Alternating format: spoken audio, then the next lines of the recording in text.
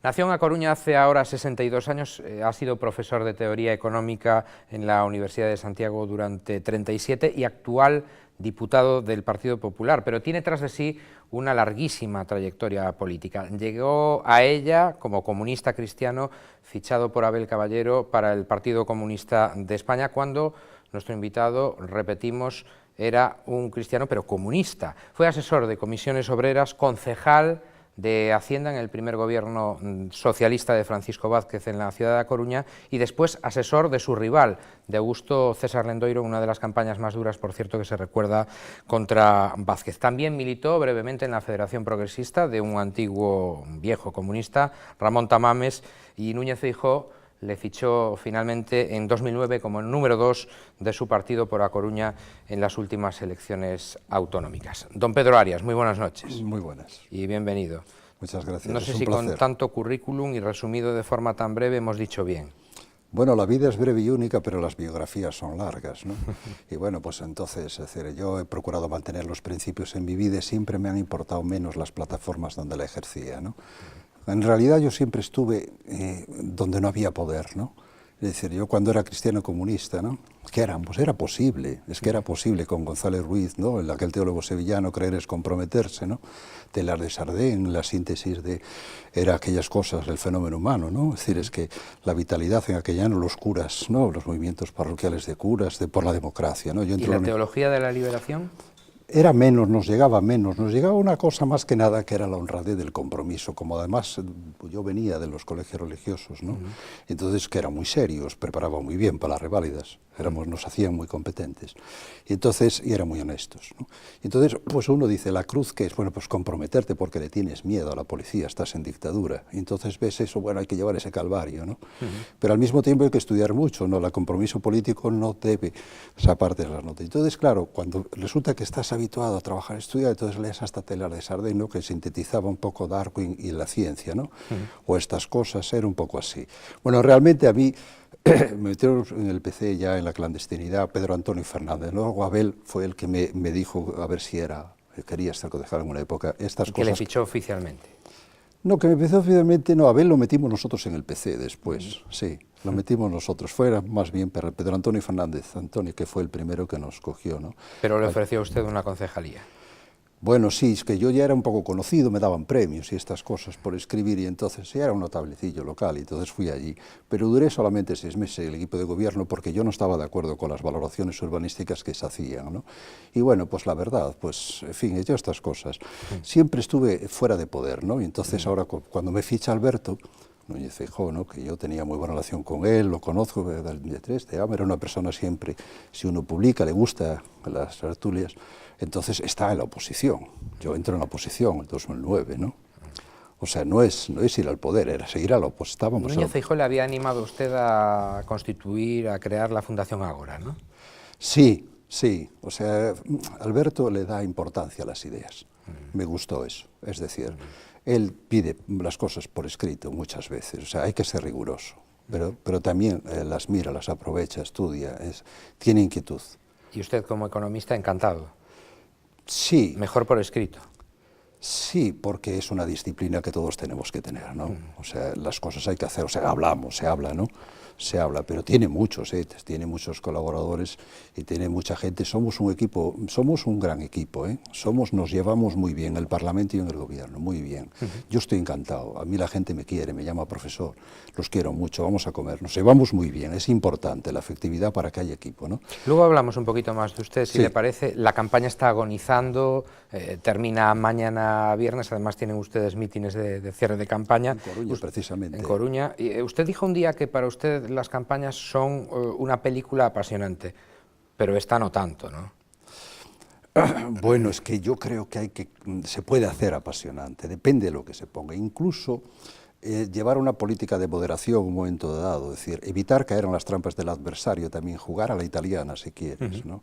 Es decir, también una estrategia defensiva en un momento dado, o las ofensivas controladas, también es apasionante. Existe Chekhov en teatro, que por ejemplo, que es la absoluta profundidad, ¿no? O la tempestad, la grandeza de Shakespeare, ¿no? En estas cosas, es decir, todo tiene su tono, ¿no? Tienes desde Haushock, es decir, puedes elegir la escenografía. Hoy el mundo es de guionistas, entonces puedes construir muchos guiones. ¿Y así cree usted que ha sido esta campaña para el Partido Popular, ¿no? Esta campaña ha sido fundamentalmente un desgaste para que se viera claramente la incompetencia del adversario, que tenía muchas televisiones, tenía muchos medios de comunicación, había ganado las elecciones del 2004 en unas condiciones un poco raras, y también había ganado las del 2008 con un endeudamiento exterior, y entonces había que tener mucho cuidado. Por eso la prudencia era un arma fundamental. Se ha seguido la prudencia, entonces se han hecho programas, se han hecho muchas cosas, y ha sido decisivo el debate donde se ha visto la textura de fondo de los candidatos.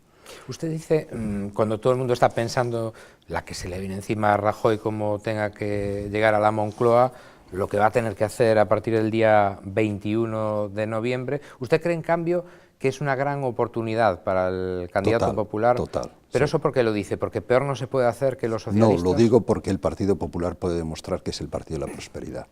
Es la gran oportunidad. Es decir, que puede ser un partido de hacer algo histórico por España, por Galicia y por la gente. Es decir, esa oportunidad no es una elección normal, o sea, entonces, es decir, puede sacar de la crisis, puede hacer una política económica extraordinaria, puede hacer una política de salida sin hacer costes sociales en los hombros de la gran mayoría, es decir, puede demostrar ilustración, puede demostrar sensatez, prudencia, es decir, puede demostrar muchas cosas. Por eso creo que es una gran oportunidad.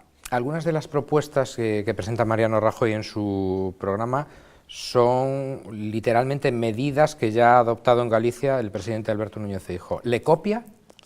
Yo creo que le ha inspirado, yo creo que sí, de alguna manera, o sea, por ejemplo, la idea de austeridad, la idea de política de austeridad, ¿no? Es decir, ha sido de Alberto Núñez Feijóo, ¿no? Básicamente, y además la ha hecho, la forma de hacerla. Algunas de las fórmulas concretas. Gradualmente, sobre todo el proceso, la visión es esa, ha sido esa visión, ¿no? Por ejemplo, hacer un concurso eólico, y decir, no regalamos los molinos de viento, esto se acabó. Tenéis que hacer un plan industrial, es decir, aquí vamos a hacer un tipo de reformas de calado, de sentido, de profundidad, de rigor, presentables, explicables, por ejemplo, ¿no? Es decir, desde el principio llega y dice, ¿qué pasa con las cajas de ahorro? Que nunca nadie las sabía. Mira, hay que auditarlas, hay que intentar sacarlas de nada. Por ejemplo, esto, ¿no? Es decir, ese tipo de línea. Luego dice, bueno, es decir, ahora resulta que si no existen fondos no podemos subir la presión fiscal. Porque la gente necesita dinero para pagar las deudas, no lo podemos hacer, ¿no? Entonces, todo ese tipo de políticas, es decir, sí se han estado haciendo aquí y fue muy importante, yo creo que por eso se ganó aquí. Y como mínimo, si el Partido Popular gana estas elecciones, Galicia podría volver a percibir aquellas aportaciones del Estado, me refiero fundamentalmente al Fondo de Compensación, que el gobierno actual tiene bloqueadas y que son, además, una parte importante de la tarta de nuestros presupuestos autonómicos, ¿no? Yo creo que va a haber dos grandes aportaciones. Una primera va a ser la común de España, es decir, Galicia se va a ver beneficiada primero. A mí me gustaría que saliera mayoría absoluta, por tres razones. Primero, para que la gente pudiera decir todo lo que pase se debe al PP, para bien o para mal. Eso hace una gran responsabilidad para el Partido Popular. En segundo lugar, el PP es un partido nacional y si tiene mayoría absoluta no va a depender ni de los catalanes, ni de los vascos, ni de los canarios, ni de nadie. Depende de sí mismo, por lo tanto puede hacer una política necesaria para España. Entonces Galicia, junto con una zona de León y Asturias, somos necesarios para la cohesión social y territorial, no puede quedar apartada en los equipamientos esenciales. Y después, por esos intangibles y luego por otras porque yo creo que va a haber seriedad en los compromisos, ¿no? Es verdad que... Ese es uno de ellos, el del Fondo de Compensación, por ejemplo, sí. Porque Núñez Feijóo ha tenido que elaborar unos presupuestos ahora, para este 2012, no solo por ese motivo, por otros muchos similares a los de 2006. Nosotros sufrimos las consecuencias del pacto de Tinel, es decir, que aquella vez decía hay que rajar al Partido Popular al mar, hay que echarlo del panorama político, hay que crearle un cinturón. Y entonces aquí dijeron, uy, por culpa de Feijóo, porque ellos ganaron el País Vasco también el 2009, si hubiera ganado Zapatero aquí, que en el 2009 podía haber encarado la crisis, reconocerle tal con hegemonía política, y Galicia se lo impidió. Y entonces había que hacer castigo a Feijóo, lo que sea, todo esto, y luego para decir, y tú tienes todos los problemas por incompetente, pero no te damos esto, lo otro y tal, y tú lo que haces simplemente es te quejas a Madrid, etcétera, y ahora se podrá hacer una normalización democrática seria. Aunque en realidad estaban castigando a los ciudadanos de Galicia, más bien, por... Sí, es que es inevitable siempre en los contenciones,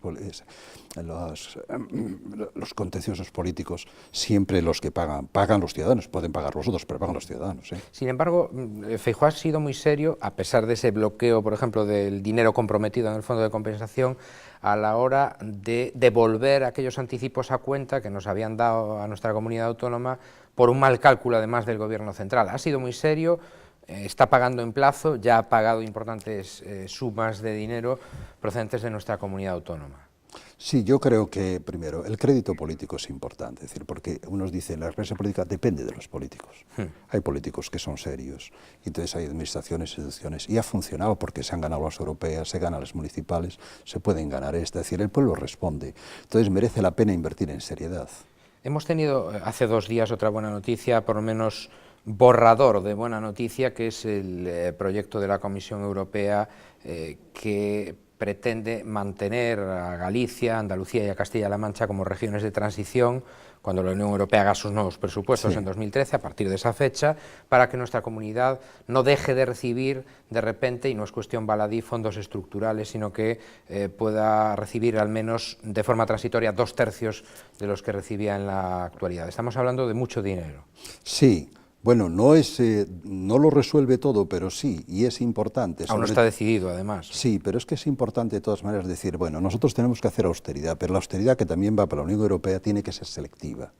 Tiene que ser selectiva porque necesitamos cohesión territorial y cohesión de naciones. El problema que estamos teniendo ahora es que no existe cohesión real, y eso es muy importante. Pero para que haya cohesión real, nosotros, si hacemos, como han pasado con los griegos y con los italianos, y como ha pasado en España, nos dan esas cosas y las tiramos y las malgastamos, no nos sirven para nada, no nos sirven. ¿Qué es lo que ha ocurrido aquí? El problema es decir, vale, nosotros pedimos, pero luego tenemos que gastar bien. Ojo que la Comisión Europea, en ese mismo borrador, también dice que a partir de ahora los fondos se distribuirán para proyectos concretos, estratégicos, es decir, van a seleccionar mucho más en donde ponen el euro comunitario. Pero es que nosotros ya los tenemos hechos, porque ya hicimos las directrices de ordenación del territorio, ya se hicieron en el 2005, el bipartito los copió, no las aplicó y ahora se han actualizado y ya están, ya los tenemos ahí, nosotros tenemos el modelo territorial. Tenemos el modelo territorial de todas las áreas, de cómo integramos el plan Lugo y Orense con el interior de la periferia. Ya lo tenemos nosotros.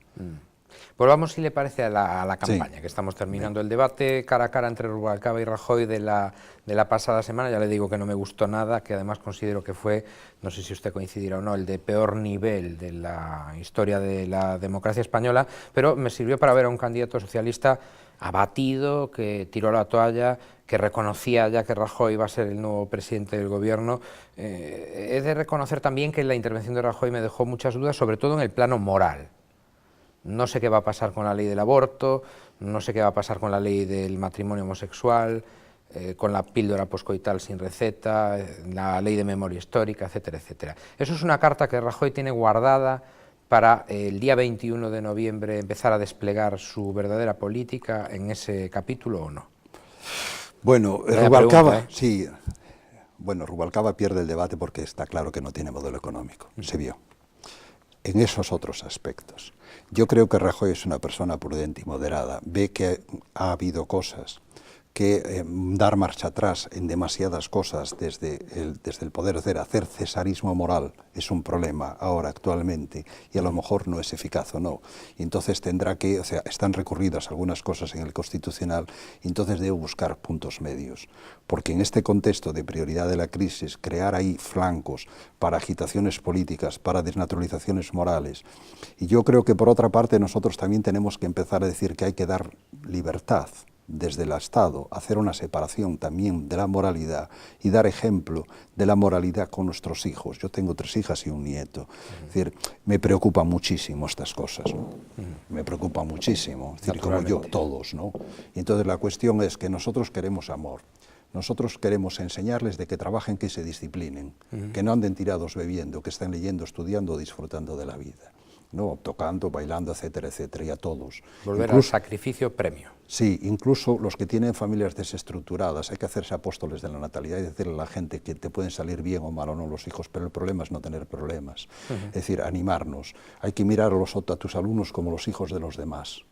Hay que querer a los demás, hay que querer a los niños. Es decir, yo creo que esto es más que decir cómo son un poco las cosas, ¿no? Respetar las cosas e invertir.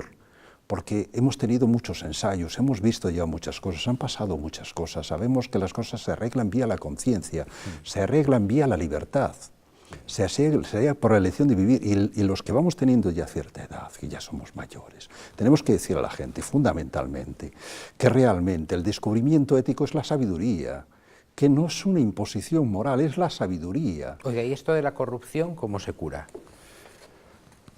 Usted que lleva tanto tiempo en política, en la universidad, en los medios de comunicación. Yo creo que la corrupción se cura cuando hay gente valiente que se enfrenta a ella. Hace falta valor para hacer eso primero, porque hay mucha gente que de todas maneras pierde el coco. Se cree que la riqueza resuelve la vida, se cree que la riqueza es la felicidad. Y es el primitivismo, ¿no? La ambición humana, ¿no? Hay que tenía también la teoría de que era hay mejor que a la política llegaran ciudadanos con una cierta situación acomodada o tal, para evitar la tentación de... Pero bueno, luego todo el mundo quiere más, ¿no? No hay que ser como Warren Buffett, ¿no? Por ejemplo, Warren Buffett, ¿no? Que dice, es multimillonario y dice, yo voy a donar todo mi dinero, y lo hago con mi hijo delante, que va a heredar muy poco. ¿Y a quién se lo doy? A Bill Gates. ¿Por qué? Porque es especialista en hacer caridad eficiente, como la encíclica del Papa, ¿no? Dios es amor, que dice, la solidaridad busca eficacia, o sea, la consecuencia de lo que hagas, busca las consecuencias que sea eficaz.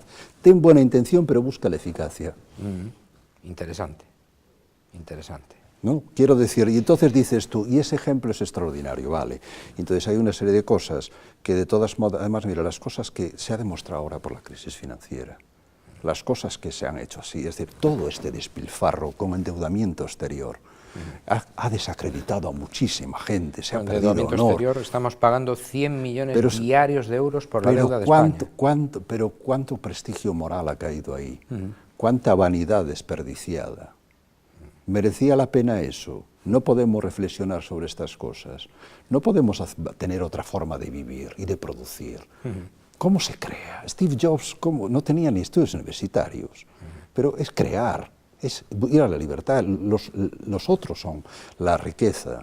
Nuestra inteligencia colectiva es valorar a otros. Y yo hablo con muchos y estoy con muchos. Soy muchos, tengo la inteligencia de muchos. Es decir, ¿para qué quiero tanto dinero y tanta acaparación? Pues puedes acaparar o no, puedes ganar o no, puedes vender un libro, de ganar mucho dinero, hacer un negocio, lo que sea. Ya si usted, además de la inteligencia de muchos, tiene su cariño, ya es la bomba.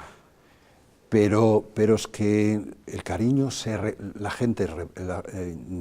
primero, yo soy optimista racional absoluto. Es decir, si tú quieres a alguien, seguro que te corresponde. Si lo quieres bien, te corresponde seguro. Se lo preguntábamos el martes y volvemos otra vez a nuestro encorsetamiento obligado de la campaña electoral. Se lo preguntábamos el martes a Santiago Martínez, experto en debates y media trainer, entrenador de políticos en definitiva. Más que quién cree que va a ganar, ¿cuánta diferencia cree que va a tener el Partido Popular el domingo sobre el Partido Socialista? Porque las encuestas están disparadas. Bueno, hombre, yo exactamente creo que va a haber una mayoría absoluta, holgada. Amplia. Sí, y bueno, pues puede haber un poquito más o menos de movilización, y como hay los efectos del sistema de reparto DON, las pequeñas circunscripciones, pues puede haber 10, 20 diputados arriba, abajo, de unos u otros, no sé, no sabemos muy bien, pero que va a haber una mayoría absoluta parece, ¿no? Esto. Por cierto, ¿usted fue favorable siempre o contrario al sistema de ese matemático DON que nos ha perseguido durante tantos años en España ya? Bueno, mira, yo creo que era... ¿Fue injusto el sistema? No, porque permitió alternancias. Se vio en el 82, ¿no? Se vio después en el 96, después se ve ahora. Es decir, es un sistema... O sea, lo peor es si los partidos no funcionan democráticamente, no importa el sistema. Esa era una ley de Divergé, ¿no? De Maurice Divergé, que decía, la ley de Divergé decía, no importa, o sea, lo que refleja realmente el sistema electoral es más determinante la estructura real de los partidos que el sistema electoral, a esos efectos, y sobre todo la estructura de la sociedad. y su concienciación de lo que es los conflictos sociales y las ideas de la gente. Eso es importantísimo. Si la gente tiene ideas de que la política es conflicto, de que si tú ganas, o sea, yo para ganar más te tengo que sacar a ti, entonces tiene una concepción de la política suma cero. Si cree que debemos tener reglas buenas para que tú ganes y yo gane, porque tener comercio y tal, y por tanto, si hay ilustración también en el pueblo, también cambian las cosas. Usted llegó a calificar al gobierno de Núñez Feijóo cuando llegó al poder como un gobierno ilustrado, moderno, pero ilustrado. Bueno, hombre, estas son estas cosas que uno también quiere animarse, es decir, esa voluntad de decir, bueno, pretendemos tener ideales. La ilustración era un poco utilizar la razón, ¿no? Y formación también. Sí, aunque la ilustración llegó un momento que se hizo muy soberbia, ¿no? Pero yo le quería preguntar a usted, ¿usted cree que el actual gobierno socialista en estas legislaturas ha pagado demasiado caro el haber fichado a personas no suficientemente preparadas para cargos muy importantes, como por ejemplo un ministerio? Yo creo que alguna gente que conozco yo de Lugo, mi suegro, amigos de mi suegro, que en paz descanse, mi tío Manolo, aquellos que estuve yo con ellos en el Hospital Locus Augusto cuando estaba en los días geniales de Río Torto, que agricultores y tal, con sentido común no nos hubieran llevado a la crisis. Porque ellos sabrían que no podemos endeudarnos en 1 billón de euros para hacer aquí viviendas que no se iban a vender.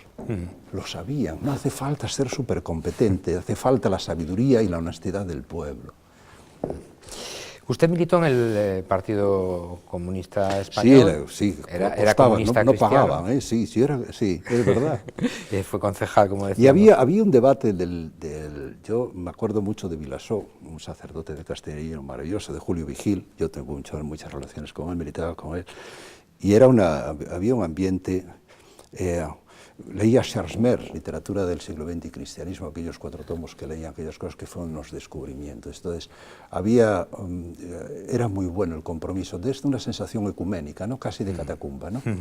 Era un poco de catacumba, el PC era la catacumba cristiana, porque habíamos mucho, la juventud estudiantil católica que estábamos en el PC, pero defendíamos transición pacífica, nada de matar a nadie, ¿no? Es decir, reconciliación nacional. No eran ustedes el Partido Comunista Revolucionario, ni mucho menos. No, era reconciliación nacional. Y gracias a que había mucha gente de todas otras corrientes, porque todos éramos buena gente, en realidad, ¿no? Tuvimos una transición pacífica y Tarancón se hizo una transición muy ejemplar de fraternidad. Que siempre hay que recordar que es la presentación en el Club Siglo XXI de Santiago Carrillo, que venía de la clandestinidad, por parte de Manuel Fraga. Eso ya indica cómo fue la transición. Es decir, que no podemos juzgar el pasado, no podemos juzgar el pasado interesadamente, que fue lo nefasto de esto de la ley de la memoria histórica, es decir, la utilización de un drama histórico familiar, colectivo, para fines electorales, cuando está siendo un incompetente llevando la economía, es imperdonable. Y deformando la historia, además. Pero decía que usted, bueno, fue comunista cristiano, pero comunista... Era muy joven, me estás rejuveneciendo mucho. Fue concejal socialista con Paco Vázquez, fue asesor del Endoiro, hemos contado su trayectoria, ha estado en la Federación Progresista. Me encantaba escribir revistas para el Depor, Bien, explicándoles cómo era una sociedad anónima deportiva. Vaya, cualquiera lo leería eso hoy. Y después le fichó Alberto Núñez Feijóo, con el que ya tenía contacto en el año 2009 para formar parte de su equipo económico. Pero, ¿se considera usted en la actualidad un verso libre dentro del Partido Popular? No, en absoluto. Yo soy una persona absolutamente integrada y responsable y leal a un proyecto colectivo que es muy clave. Cada uno tenemos nuestra personalidad. Lo digo porque la intelectualidad siempre ha estado reñido con el funcionamiento de los aparatos de los partidos en general, ¿no? No, pero yo soy intelectual orgánico. Es decir, siempre he creído en ese sentido de que la colectividad, es decir, siempre he estado en organizaciones, en movimientos con otros. Eso le queda a usted, si me permite, de su época en el Partido Comunista, ¿no? Bueno, sí, era una opinión de Gramsci, que era un tío maravilloso, muy buena persona, y ya quedaba ahí, pero también había la democracia orgánica aquí, es decir, también es por utilizar una metáfora en ese sentido, o colectivo, siempre creo que no haces nada si no haces con los demás. Y esta es un poco ya personal. Y además es que los demás te enriquecen. Sí, está claro. O sea, yo es que no... Vamos a ver, esto de pensar que alguien escribe libros solo, sentado, no es así. Es decir, alguien lee mucho de lo que hacen otros, alguien sigue la práctica real, alguien investiga. Tom Wolfe, por ejemplo, es un escritor intelectual, periodista. Sí, nuevo periodismo, pero es que también, ahora acaba de decir acaba de decir Larry Summers, ¿no?, que es de Harvard, es decir, hay que revisar la economía. Si es lo que decíamos nosotros aquí en la Facultad de Económicas de Santiago, desde el 68 en adelante, no podemos desvincular el sistema social, el económico y el político de las matemáticas, ni siquiera de las ecuaciones. Tenemos que ver qué hay detrás, qué son los mercados, qué es esto, quiénes hay, todo es humano, fieramente humano, todo es humano. Y entonces tenemos que ponerle los nombres y las cosas ahí, las sociedades, todo, a la economía, a la sociedad, a la política, porque todo es humano. Desde luego. Don Pedro Arias Beira, gracias por haber estado con nosotros. Suerte para su partido, también para cualquier otro, pero en este caso suerte para su partido en esta recta final de la campaña. Yo espero que sea una esperanza racional para la gente que nos vote. Que nos voten desde la esperanza racional, esa esperanza con un razonamiento. Mejor que no voten desde la irracionalidad, desde luego, por lo menos. No, yo, es decir, incluso que se superen carencias o no carencias, la desafección política, el cálculo incluso muy interesado, no sé qué, o sea, que vean un poco desde colectividad y desde esa esperanza de la racionalidad y casi desde la alternancia racional. Es la alternancia, un gobierno nos ha hecho mucho, demos una oportunidad a otros que le vamos a exigir, que ya ha tenido confianza, y es inteligente hacerlo, porque además después se va a sentir muy exigido, y creo que son las condiciones del control del pueblo el que hará que Rajoy, su equipo, todos nosotros, demos lo mejor de nosotros mismos. Ese contrato hipotético. Sí, demos lo mejor de nosotros mismos. Don Pedro, gracias por estar con nosotros. Un placer. Muy buenas noches. Un placer. Y ustedes ya saben que tienen una cita aquí en Popular Televisión, de lunes a jueves, en este espacio, Nove Acción, a partir de las 9:30. Que pasen una buena noche.